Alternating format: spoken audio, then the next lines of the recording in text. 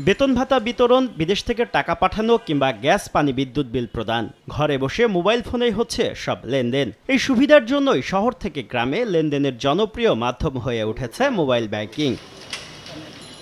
বাংলাদেশ ব্যাংকের হালনাগাদ প্রতিবেদন অনুযায়ী বর্তমানে সেবা দেওয়া ১৩টি এমএফএস প্রতিষ্ঠানের মাধ্যমে ২০২৪ সালে লেনদেন হয়েছে ১৭,৩৭,০০০ কোটি টাকা, যা ২০২৩ সালের তুলনায় ৩,৮৪,০০০ কোটি টাকা বেশি। বিদায়ী বছরের জুলাইয়ের পর থেকে ধারাবাহিকভাবে বেড়েছে এমএফএস এ লেনদেন। তবে রেকর্ড ১,৬৪,৭৪০ কোটি টাকা লেনদেন হয়েছে গেল ডিসেম্বরে।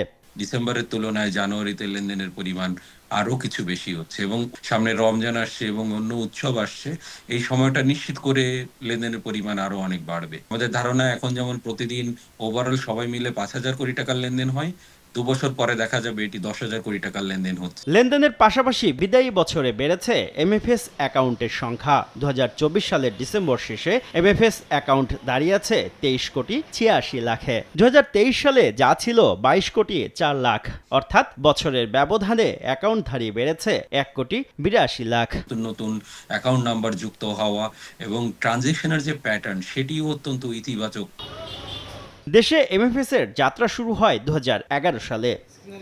শুভ খান, সময় সংবাদ, ঢাকা।